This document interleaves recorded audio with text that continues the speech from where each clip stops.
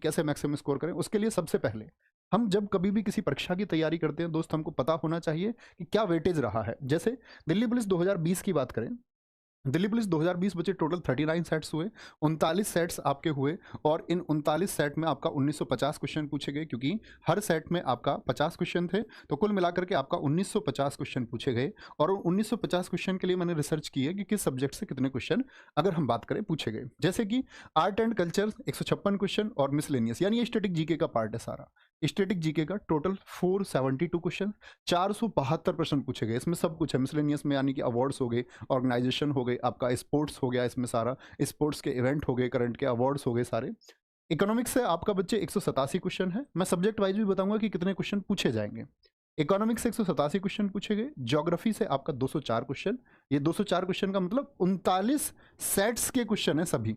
ऐसा नहीं कि क्योंकि एक सेट में 50 ही क्वेश्चन आपके आने हैं, तो इतनी समझ आप भी रखते होंगे जी 204 एक सेट में नहीं पूछेंगे, ओवरऑल 204 क्वेश्चन पूरे दिल्ली पुलिस 2020 के एग्जाम में। पॉलिटी 229 क्वेश्चन, करंट अफेयर्स के 297 क्वेश्चंस, फिजिक्स के आपके बच्चे 63 question, chemistry 52 questions, biology 99 and history 347 questions. तो आप लोग देख पाएंगे कि सबसे बड़े वेटेज के सब्जेक्ट कौन कौन से हो गए। स्टैटिक जीके हो गया आपका, हिस्ट्री हो गया, करंट अफेयर्स हो गया, क्या बोलेंगे करंट अफेयर, ये तीन सबसे बड़े रहे हैं कब आपका 2020 में। तो क्या भाई साहब हम ये बात मान लें कि यही सेम पैटर्न आपका 2023 में भी फॉलो होगा? क्या क्वेश्चंस का यही रेशियो रहने वाला है? अगर मैं आपसे बात करूं बच्चे दिल्ली पुलिस के इतिहास की, हिस्ट्री की, कि 2017 आप देखेंगे करंट अफेयर्स को बहुत ज़्यादा पूछ लिया, 2020 में करंट अफेयर्स को कम किया, स्टैटिक को ज़्यादा पूछ लिया, तो दिल्ली पुलिस किसी एक सब्जेक्ट को पकड़ती है। एसएससी का भी लगभग यही पैटर्न रहा है। और अगर मैं पैटर्न की बात करूं तो इस सब्जेक्ट का ज़्यादा आना तो तय है, स्टैटिक जीके आएगा, बाकी किसी में वेरिएशन में देखने को मिल सकता है। जैसे हम लोग सब्जेक्ट वाइज की बात करें बेटा, ये डेटा जो है मेरे भाई, ये डेटा हमारा शिफ्ट वाइज भी है, ये मैं एप्लीकेशन पे आप लोगों के लिए डेटा डलवा दूंगा, वहाँ आप एप्लीकेशन पे देख सकते हो शिफ्ट वाइज कितने क्वेश्चन पूछे गए। जैसे 27 नवंबर दिल्ली पुलिस का एग्जाम शुरू हुआ था, हिस्ट्री के 8 क्वेश्चन थे, ज्योग्राफी के 5 क्वेश्चन थे, स्टैटिक के 11 क्वेश्चन थे, पॉलिटी के 6 क्वेश्चन, साइंस के तीनों साइंस के 7 क्वेश्चन, करंट अफेयर्स के 8 और इकोनॉमिक्स के 5। इसका भैया कोई मतलब है क्या 2023 में? इस टेबल की अगर हम बात करें, क्या यही टेबल के अनुसार प्रश्न पूछे? ऐसा बिल्कुल नहीं है। ये क्वेश्चन प्लस माइनस देखने को आपको मिल सकते हैं कि, और हम लोग अपनी तैयारी उसी एक आधार से करेंगे कि कुछ ऊपर नीचे भी पूछा जाएगा। तो बाकी आप देख सकते हैं स्टैटिक का एक रेशियो बढ़ता रहा, इवन आप देखोगे 20 तक क्वेश्चन पूछे गए हैं, 20 तक। ये शिफ्ट 2 है आपका 28 नवंबर की, ठीक है। उसी तरह से ये शिफ्ट वाइज है, ये एप्लीकेशन पे आपको मिल जाएगा, आप ये डेटा देख सकते हैं। हालांकि इस डेटा का कोई मतलब नहीं है अब आपके इस एग्जाम में। इस डेटा से मैं बस एक बात आपको समझाना चाहूँगा जो यहाँ आपको समझनी होगी। भाई साहब सीन 2 एक बार लगा देना ताकि बच्चों को ये क्लियर दिख पाए। ये दिख पा रहे हैं आप लोग? एक बार मुझे बताना आप लोग ये देख पाएँ, क्योंकि ये बेहद ज़रूरी है। और इसके स्क्रीनशॉट्स आप लोग लेना, और आपके टेबल पे एक प्रिंट आउट होना चाहिए कि ये टॉपिक्स हम लोग अब तक पढ़ चुके हैं या नहीं। भाई साहब पेपर में, एग्जाम में टॉपिक्स पढ़े बगैर मत जाना, ठीक है। सीन 2 लगाएंगे और एक बार देखेंगे। देखो, देख पा रहे हैं जी? नहीं दिख रहा है? बच्चे कह रहे हैं नहीं दिख रहा है, और जूम कर लेते हैं थोड़ा सा, दिखना चाहिए, ठीक है। ये देखो अब दिखना चाहिए, अब भी नहीं दिखे तो भाई साहब फिर आपके फ़ोन को दिक्कत है, क्वालिटी बढ़ानी पड़ेगी। ये पहला सब्जेक्ट है यहाँ पर स्टैटिक जीके। इसके क्वेश्चन 12 से 13 क्वेश्चन जो इस बार हम एक्सपेक्टेड मान के चल रहे हैं अपनी तैयारी में, कितने प्रश्न पूछे जाएंगे, ठीक है। पहला टॉपिक क्लासिकल डांस। हमेशा ये लिस्ट आपके पास होनी चाहिए कि ये मैं पढ़ चुका हूँ या नहीं, एग्जाम देने तब जाना, नहीं तो आप बच्चे दावेदार नहीं बचेंगे, अच्छे कंटेस्टेंट नहीं होंगे, एक अच्छे प्रतियोगी छात्र आप नहीं बचेंगे। Festivals, musical instrument, painting. अगर मैं इसमें आपको बता दूं एक बार बता दूं, क्लासिकल डांस मोस्ट इंपोर्टेंट, मैं आई बना देता हूं, फोक डांस मोस्ट इंपोर्टेंट, ये टॉपिक तो पढ़नी है। इसमें भी आप लोग प्रायोरिटी पर किसको रखें? म्यूजिकल इंस्ट्रूमेंट और फेस्टिवल, 4 टॉपिक ये बिल्कुल कमजोर नहीं छोड़ने। फोक आर्ट है, मार्शल आर्ट है, अवार्ड्स हैं, डेज हैं, इंटरनेशनल ऑर्गेनाइजेशन है, नेशनल पार्क है, ठीक है। मेजर साइट आपका, यानी कि जो यूनेस्को रामसर की साइट है, आपको क्लास में मैं पढ़ाऊंगा। टेम्पल, स्पोर्ट्स बहुत इंपॉर्टेंट टॉपिक है। नेबरिंग कंट्रीज, यानी कि भारत के पड़ोसी देश जो हैं उनसे भी क्वेश्चन पूछा जाएगा। पड़ोसी देशों से भाई साहब मतलब है उनकी ऊंची चोटी, लंबी नदियाँ, कौन से देश की भारत से सीमा मिलने का, वहाँ के राष्ट्रीय पशु वगैरह, ये सब प्रश्न पूछे जाएंगे। इकोनॉमिक्स में ये टॉपिक पढ़ के जरूर जाएं, सेक्टर ऑफ इकोनॉमी, जो आप अर्थशास्त्र को बांटते हैं, बीच बीच में दिखाते रहो, सीन 2 को हटाते भी रहो, दिखाते भी रहो। नेशनल इनकम है आपका, बैंकिंग को पढ़ना है आपको, यानी कि रिजर्व बैंक ऑफ इंडिया और भारत के जितने भी राष्ट्रीय बैंक हैं। Monetary policy, 5 year plan, unemployment यानी बेरोजगारी और उसके प्रकार और उनसे बनने वाले प्रश्न। अगर आप आज के प्रश्न देखोगे ना, 2022 से अब तक एसएससी ने क्या पूछा इकोनॉमिक्स में, अनएम्प्लॉयमेंट और करेंसी, यानी कि जो आपका महंगाई है, मुद्रा आदि से, रेपो रेट वगैरह से, इन सबसे प्रश्न प्रश्न पूछता है और इन्हीं 2 टॉपिक से सबसे ज़्यादा प्रश्न पूछ रहा है। पहली बात।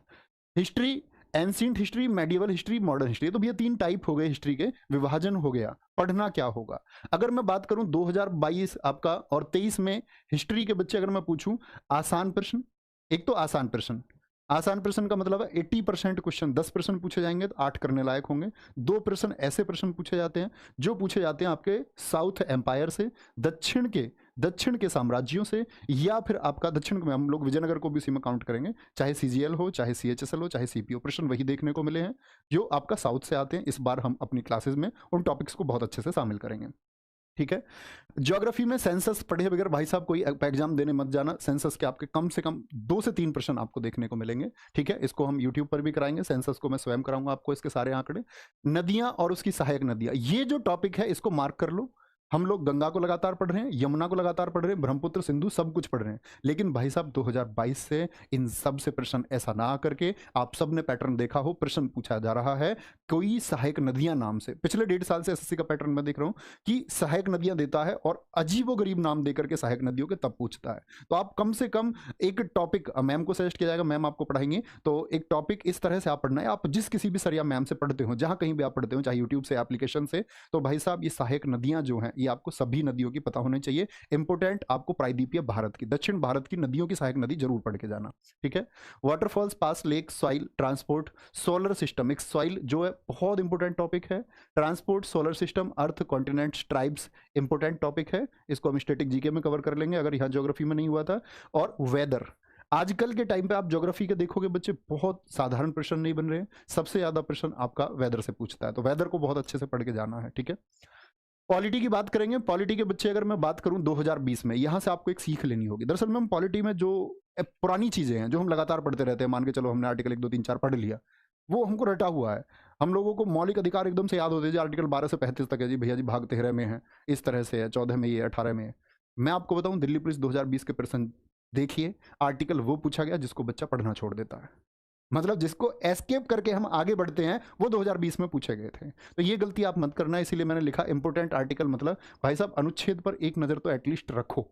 जैसे मैंने आपको प्रैक्टिस सेट में भी बताया, अनुच्छेद 144 जैसी चीज़ें पूछ रहा है, ठीक है। बच्चा 44 पर बड़ी गौर करता है, 144 पर नहीं, तो वो भूल नहीं करनी है। तो इंपॉर्टेंट आर्टिकल, इंपॉर्टेंट अमेंडमेंट्स है यहाँ पर, और बाकी पॉलिटी का सिलेबस आपका लगभग कॉमन रहता है। कॉमन प्रश्न आज भी कोई चेंज नहीं आया एसएससी के पैटर्न में। 2022-23 में सभी प्रश्न जो पूछे गए हैं, चाहे आपका सीपीओ पूछा गया, सीजीएल पूछा गया, एमटीएस पूछा गया, तो भाई साहब सारे प्रश्न पॉलिटी के करने लायक क्वेश्चन, यानी जो बच्चा अच्छे से पढ़ेगा इस सब्जेक्ट को, आप लोगों को बहुत ज़्यादा डरने की आवश्यकता नहीं है। यहाँ तैयारी करनी होगी ज्योग्राफी में जो टॉपिक्स मैंने आपको बताए हैं, ठीक है। अब बात आते हैं सबसे ज्यादा क्वेश्चनेबल सब्जेक्ट करंट अफेयर्स की। भैया करंट अफेयर्स के लिए हमारी क्या स्ट्रेटजी होनी चाहिए? हालांकि इसके लिए सोनवीर सर आपको अलग से भी बताएंगे, लेकिन एक बार तुम मेरी स्ट्रेटजी भी फॉलो कर लेना, और बाकी आप जैसे चाहें वैसे कर सकते हैं। मैं आपको बता दूं भाई साहब करंट अफेयर्स के बारे में। करंट अफेयर्स मैंने यहाँ आप लोगों के लिए लिखा है 9 में 10 महीने का करंट अफेयर्स। कितना?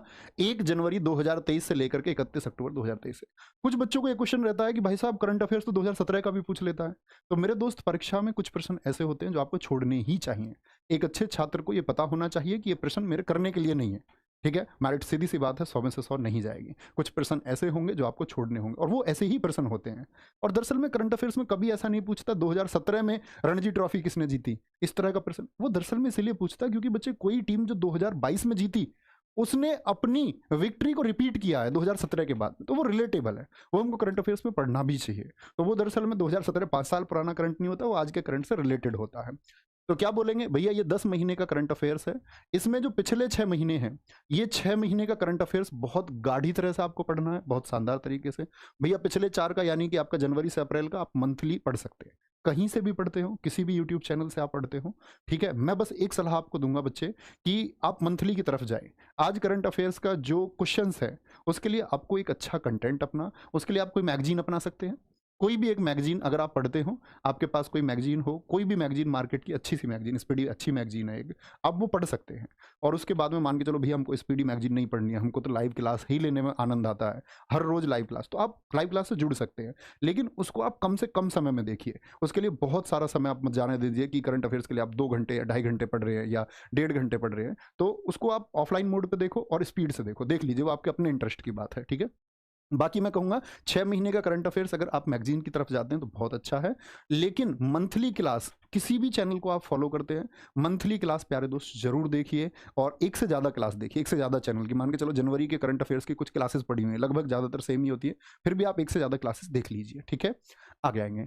फिजिक्स बच्चे कॉमन है, unit and measurement, work, energy, motion, power, sound, light, gravitation और इन्वेंशंस। सबसे इंपॉर्टेंट इन्वेंशंस आपका लाइट में भी बच्चे लेंस पढ़ के बगैर मत जाना एग्जाम में, लेंस जरूर पढ़ के जाना, ठीक है? उनसे इमेज कैसी बनती है, क्या होता है आपका कॉन्वेक्स, कॉनकेव, आपका मायोपिया, हाइपरमेट्रोमिया, ये सब पढ़ के जाना एक बार, यानी लेंस पढ़ के जाना। केमिस्ट्री की अगर हम बात करेंगे, केमिस्ट्री में स्क्रीनशॉट ले रहे हैं ना सभी बच्चे, एक बार यस करके बोल दो तो मुझे पता चलेगा कि हाँ, ये आप फॉलो कर लेना ब्लाइंडली। मैं कहता हूं कि आपको बहुत सारा फायदा एग्जाम में होगा। पीरियोडिक टेबल पढ़ लेना भैया, पीरियोडिक टेबल बहुत इंपॉर्टेंट है। आज पीरियोडिक टेबल में मैंने तुमको बताया जो लेंथेनाइड और एक्टेनाइड एलिमेंट्स हैं, तो वो सब आपका आप देखोगे 100 के बाद शुरू हुए, और मैंने कहा कि वो साइंटिस्ट के नाम पर है। आजकल क्वेश्चन ऐसे पूछ रहा है पीरियोडिक टेबल से 101वां परमाणु क्रमांक कौन सा है, ठीक है? आपका पूछ लेगा 104वां परमाणु क्रमांक वैज्ञानिक रदरफोर्ड, तो ये साइंटिस्ट के नाम पे कुछ एलिमेंट्स बनाए गए। इनसे पिछले 1.5 वर्ष से एसएससी बहुत क्वेश्चन पूछ रही है, ठीक है? तो पीरियोडिक टेबल को ध्यान से पढ़ना। जैसे अभी एसएससी सीजीएल 2023 में हम लोग हैलोजन पढ़ते रहते लगातार 17 तो उन्होंने ग्रुप के नाम में पूछ लिया कैल्कोजन कौन से को बोलते हैं, 16 कैल्कोलोजन। इस तरह से आपको पीरियोडिक टेबल की एक बारीक स्टडी करनी होगी। केमिकल फार्मूला पढ़ के जाएं, कम से कम इंपोर्टेंट 50 फार्मूला, चाहे आपका फेरिक सल्फेट वगैरह, ये जितने भी फार्मूले हैं, आपका सोडियम बाइकार्बोनेट, सोडियम कार्बोनेट बार बार रिपीट होते हैं। केमिकल नेम हो गए, आपका एसिड और बेस पढ़ के जाएं। सबसे इंपॉर्टेंट टॉपिक आज का आपका रिएक्शन एंड देयर टाइप, यानी सभी प्रकार की अभिक्रियाएं और कितने प्रकार की होती है, चाहे आपका बच्चा ऑक्सीकरण हो, चाहे अवकरण हो, चाहे ऊष्माक्षेपी अभिक्रियाएं हो, इस प्रकार की अभिक्रियाओं को और उनको पढ़ के जाना जरूर एक बार, ठीक है? फिर आएगा आपका बायोलॉजी। मैंने आपको बता दिया तीनों के तीनों साइंस में सबसे ज्यादा वेटेज भाई साहब बायोलॉजी का रहता है, यानी कि फिजिक्स और केमिस्ट्री को मिला के जितने प्रश्न पूछे जाएंगे उतना अकेले बायोलॉजी से। आप सब लोगों के क्वेश्चंस भी मैं लास्ट के 5 मिनट में लूंगा, अभी आप सुनेंगे ये ध्यान से, ठीक है? डिसीज, विटामिन, नर्वस सिस्टम, आपका नर्वस सिस्टम के बाद में digestive system, hormones, skeletal system, यानी कि आपका खोपड़ी वाला, स्केलेटल मतलब कंकाल जो है। बॉटनी सबसे इंपॉर्टेंट, वनस्पति विज्ञान यानी जो पादप विज्ञान है, पादपों से एक प्रश्न आना तय है। ब्लड बच्चे पढ़ेंगे बहुत अच्छे से, टॉपिक प्रश्न आना तय है। बाकी हार्मोन्स, पाचन तंत्र हो गया, तंत्रिका तंत्र हो गया, विटामिन उनके रासायनिक नाम ये हम सब पढ़ते ही हैं। डिसीज, चाहे आपका बैक्टीरियल डिसीज हो, चाहे आपका वायरस डिसीज हो, चाहे फंगल डिसीज हो, ये सब पढ़ के जाना एक बार बहुत अच्छे से। तो ये आपका सब्जेक्ट आपको क्लियर हुए होंगे कि कौन कौन से टॉपिक हमको पढ़ने हैं, और इसके अलावा के जो भैया टॉपिक आपने नहीं बताए हैं उनको क्या छोड़ सकते हैं। आपका भरोसा करके क्या आप जिम्मेदारी लेते हैं कि जो टॉपिक्स इस बोर्ड पे नहीं लिखे वो ना पढ़ें? मैं जिम्मेदारी लेता हूं दोस्त, ना पढ़ो। अगर सिलेक्शन लेना चाहते हो तो क्या छोड़ना है वो पढ़ने से ज़्यादा सीखिए कि हमको क्या पढ़ना होगा, ठीक है? और साथ में ये भी हमको जानना होता है कि क्या छोड़ना होगा। ये अच्छा प्रतियोगी छात्र आप